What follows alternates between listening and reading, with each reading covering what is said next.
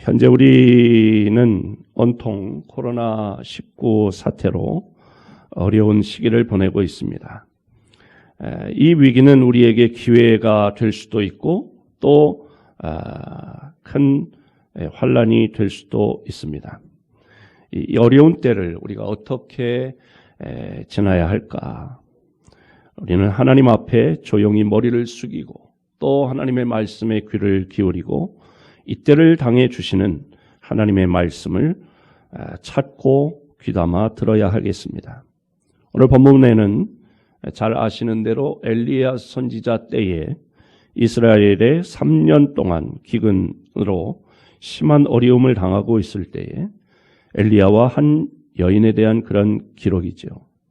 이 말씀을 통해 어려운 때일수록 어떤 삶을 살아야 하겠는가를 우리가 배워서 이 어려운 시기를 슬기롭게 헤쳐나가고 위기가 기회가 되는 축복을 받을 수 있기를 주님의 이름으로 축복합니다. 우리는 이 위기를 우연이라 생각하지 말고 그 속에 담긴 영적인 뜻을 분별해야 하겠습니다. 그것은 우리 국민 한 사람 한 사람이 하나님 앞에 엎드려 나 자신을 성찰하고 겸손히 두 손을 들고 하나님 앞에 회개하고 눈물로 돌아와야 할 것입니다. 이런 일들은 무엇보다도 우리 교회로부터, 우리 성도들로부터 시작되어야 할 것입니다. 첫 번째로는 예배가 회복되어야 합니다. 신령과 진정의 예배, 하나님이 기뻐하시는 예배를 회복해야 합니다. 두 번째로는 우리가 교회가 성도들이 세상 속에서 거룩하게 구별되는 거룩이 회복되어야 할 줄로 믿습니다. 왜 이런 어려운 일이 생기느냐? 위생관념 없이 또 이렇게 살아가다 보니까 이런 바이러스나 또 세균이 번식하고 확산되는 그런 일들이 있는데 이런 일반적인 이 위생의 차원뿐만 아니라 영적으로도 우리가 하나님 앞에 거룩함을 회복해야 할 줄로 믿습니다. 세 번째로는 사명이 회복되어야 합니다. 교회는 예수님의 지상 명령에 순종해야 그리고 그 사명을 회복해야 할 줄로 믿습니다. 그러면 이런 어려운 때 구체적으로 우리가 어떻게 해야 할까? 무슨 일을 어떻게 해야 하느냐? 우리 17장 말씀 우리 함께 보고 있는데 오늘 본문 말씀에 이 나라가 3년 가뭄이 시작되었습니다. 모든 시냇물조차 말라 먹을 물도 귀하게 되었습니다. 이때 사르밧에 한 과부가 살고 있었습니다. 이 여인은 아들이 하나 있는데 아주 심한 극한 가뭄으로 양식은 다 떨어지고 죽을 일만 남았습니다. 그러나 이 여인은 죽을 때 죽더라도 나뭇가지를 지금 줍고 있다고 했습니다. 우리 10절, 11절 말씀을 함께 읽어볼까요? 시작. 한 과부가 그곳에서 나뭇가지를 줍는지라 이에 불러 이르되 청하건대 그릇에 물을 조금 가져다가 내가 마시게 하라. 그가 가지러 갈 때에 엘리야가 그를 불러 이르되 청하건대 내 손에 떡 한 조각을 내게로 가져오라. 아멘.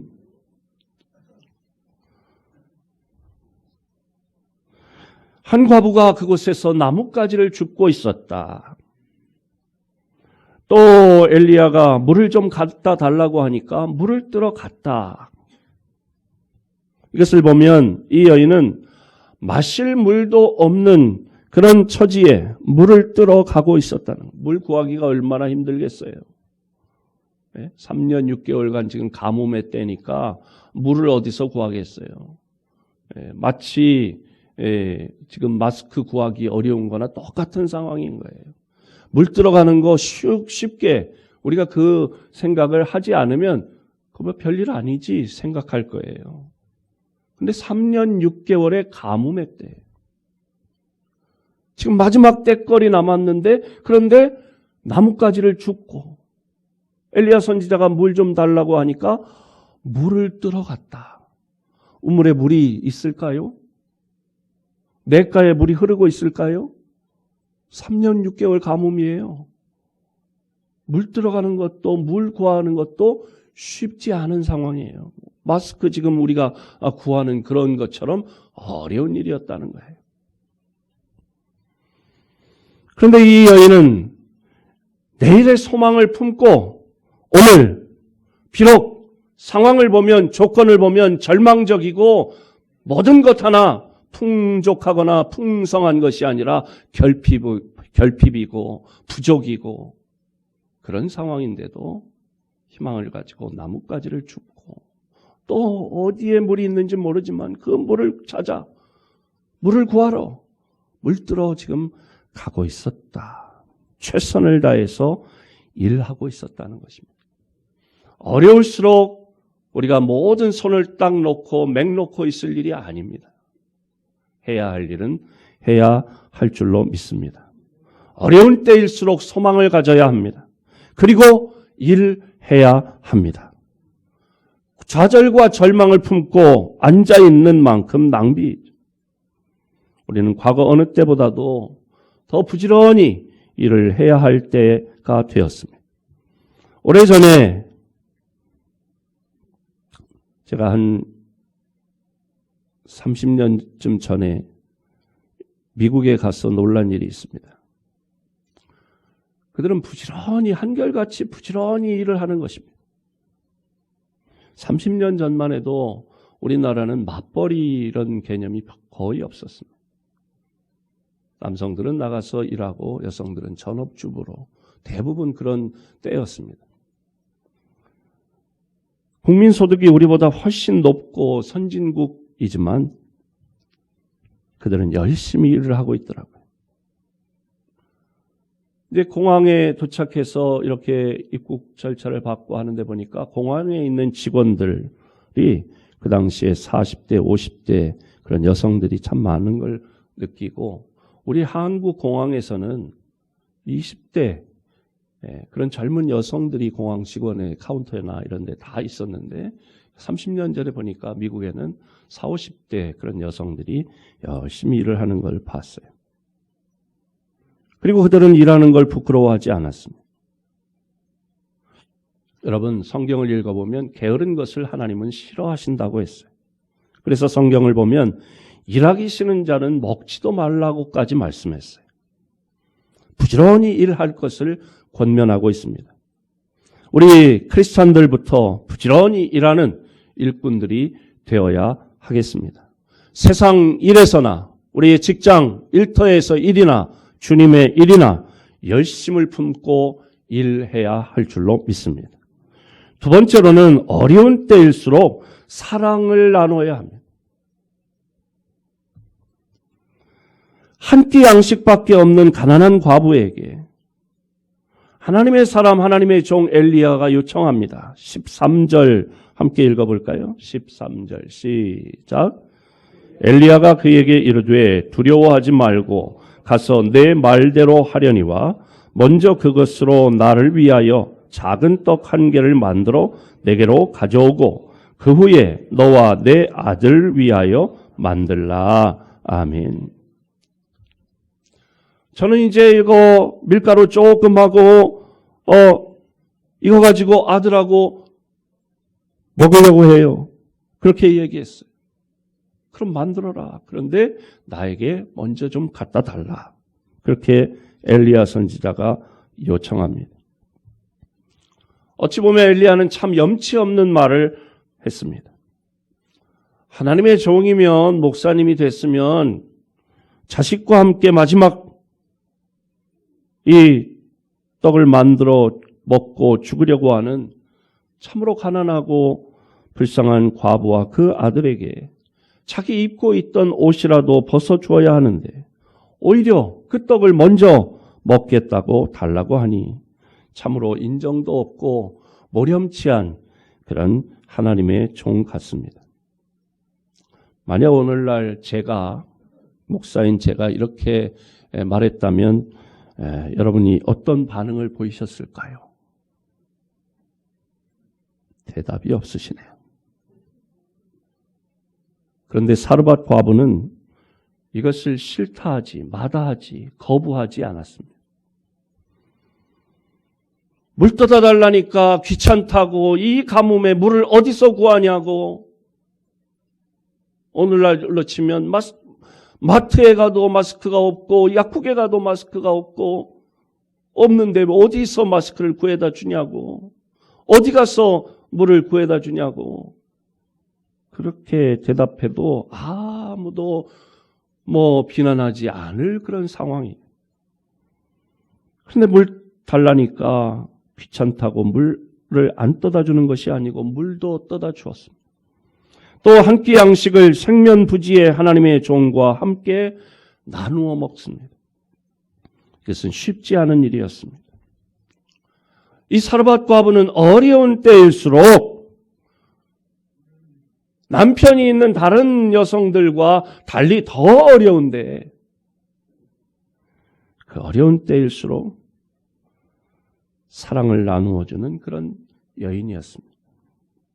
사람이 어려움에 직면하게 되면 대부분 자기 생각에 몰입하게 되고 자기 중심적이 됩니다.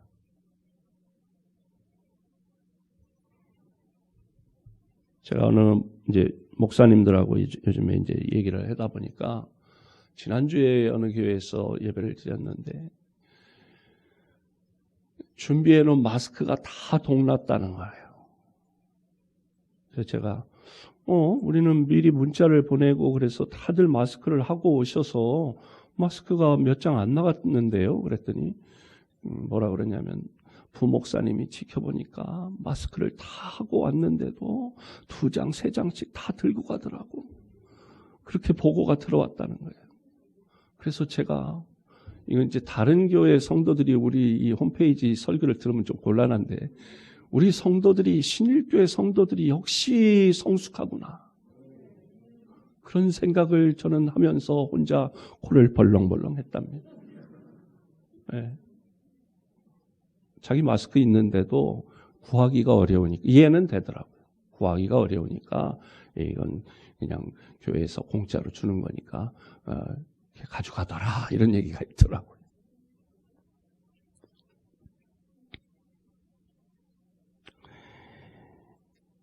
어려움에 직면하면 다 자기만 생각하게 되죠. 다른 사람을 돌아볼 여유나 배려, 이것이 쉽지 않습니다. 짜증나고 모든 게 다 귀찮고 부정적이 되기가 쉽지요. 그래서 사랑이 식어지고 그저 이기적이 되기 쉽고, 그래서 결과적으로 냉랭한 사회가 될 수밖에 없다는 것이죠. 그러나 우리 기독교는 어디 위에 세워졌습니까? 그것은 바로 예수님의 십자가 위에 세워진 것이 바로 교회인 줄로 믿습니다. 강도떼 같은 우리 죄인들을 위해 십자가에서 보혈의 피를 흘려주신 예수님의 사랑 위에 세워진 교회인 것이죠. 하나님은 하나밖에 없는 독생자 예수님을 죄인들을 위해서 보내주셨습니다. 이것이 기독교입니다. 우리는 그 은혜로 구원받았고 그 은혜로 거듭나서 이렇게 하나님의 자녀가 된 줄로 믿습니다. 세상 사람들이 다 힘들다고 자기 중심적이 되고 이기적이 되어도 어려운 때일수록 우리 크리스찬들이 빛을 발하는 것은 사랑을 나눈다고 하는 측면인 것입니다.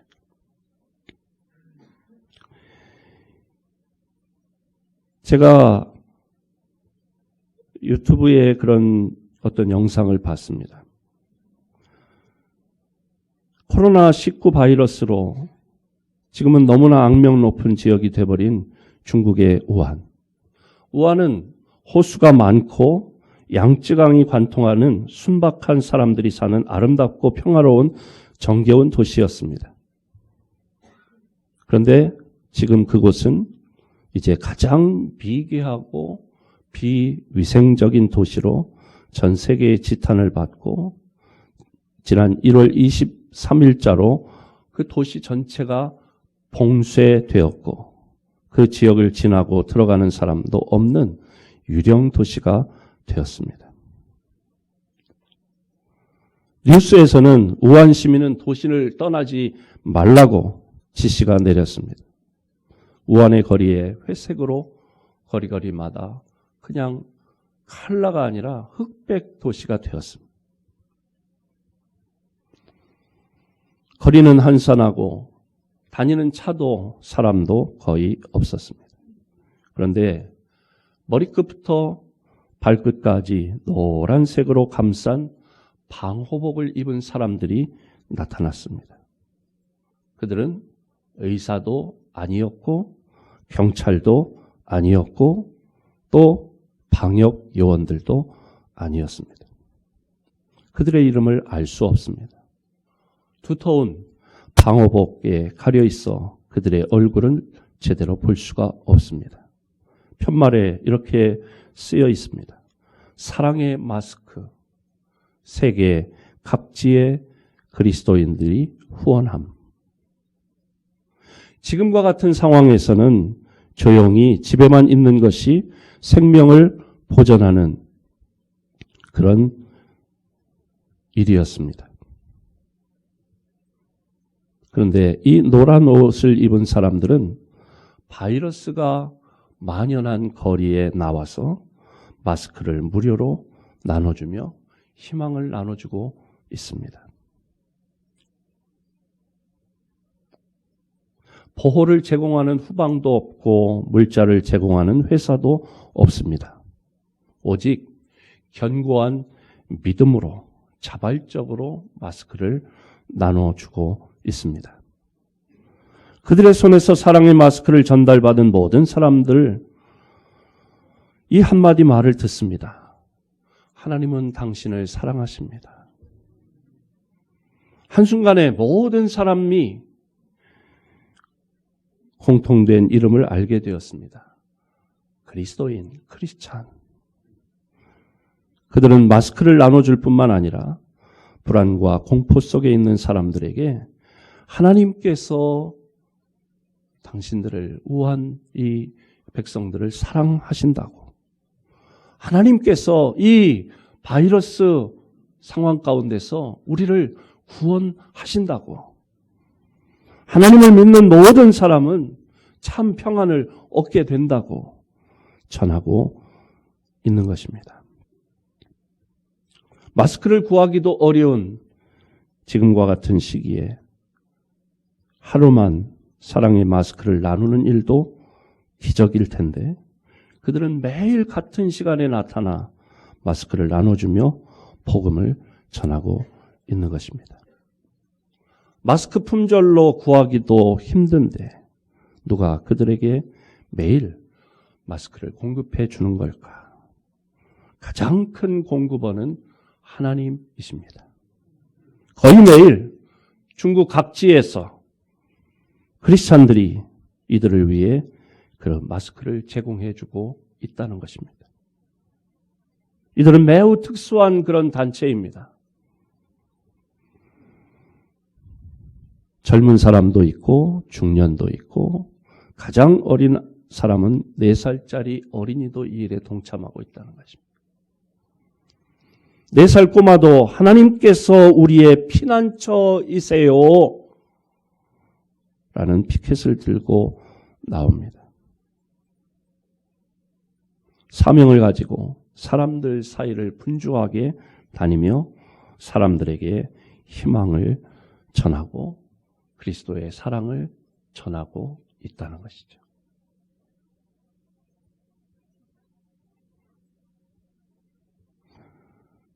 사랑은 두려움을 이기는 큰 힘이 있습니다.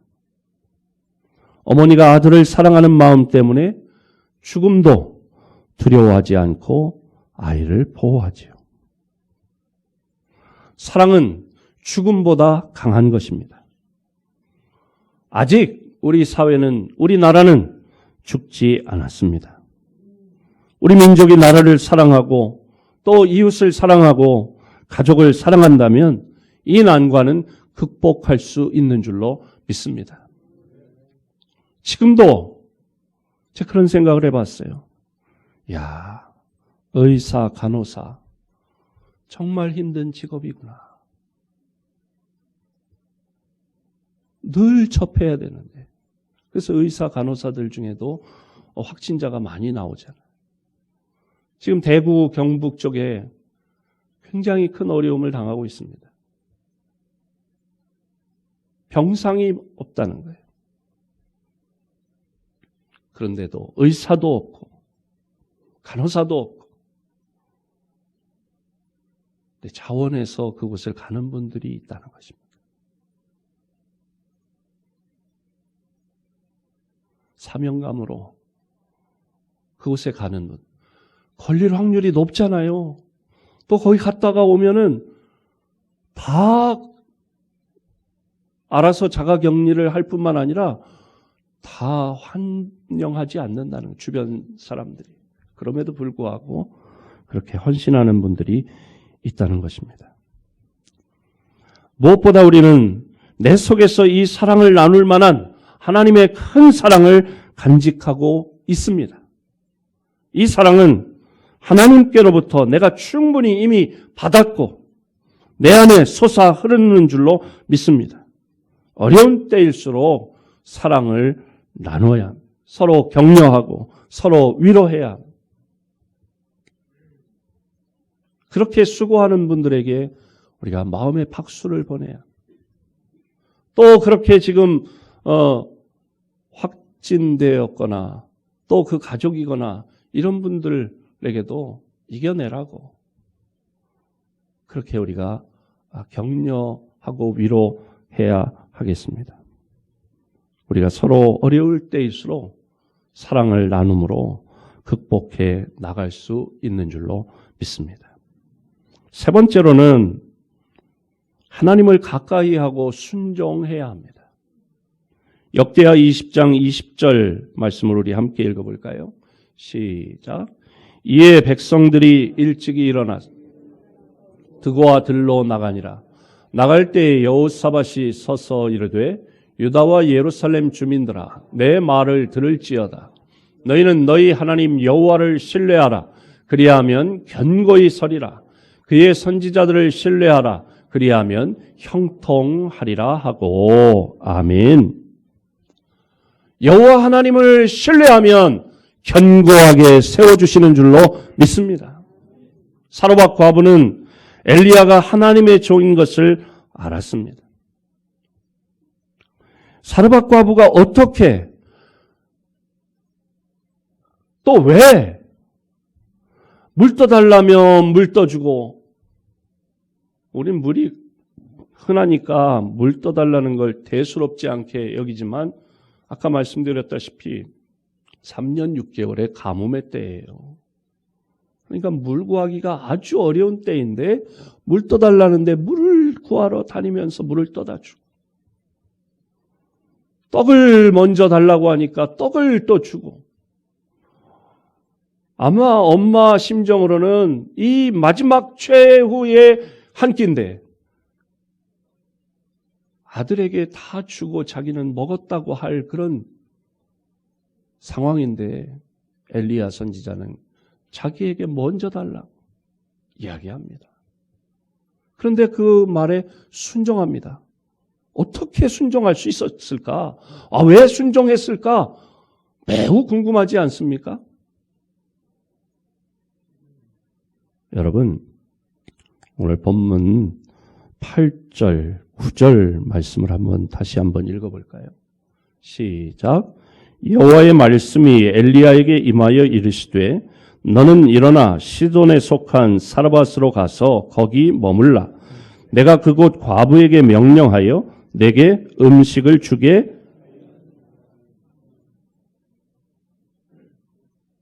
이야, 요 두 절을 읽지 않고 뒤에만 읽으니까 엘리야가 목사님이 돼가지고 주의 종이 돼가지고 어떻게 그럴 수 있지? 우리가 그렇게 생각했는데 하나님이 가라고 했고 그렇게 하라고 한 거예요.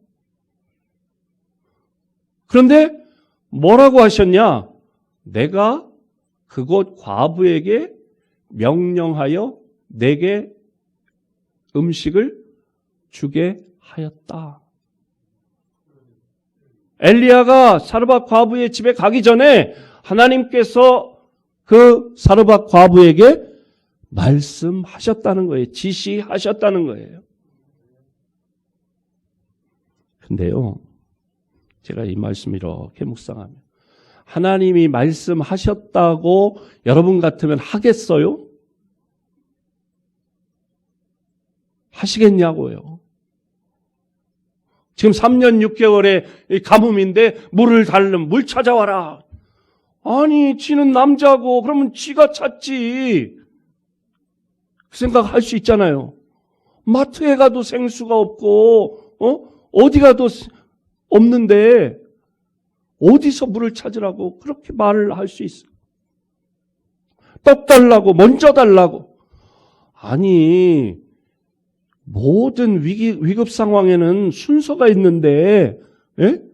어린 아이, 어른, 노약자, 먼저, 그 다음에 여성, 그 다음에 남성, 이런 순서도 몰라, 목사님이 돼가지고.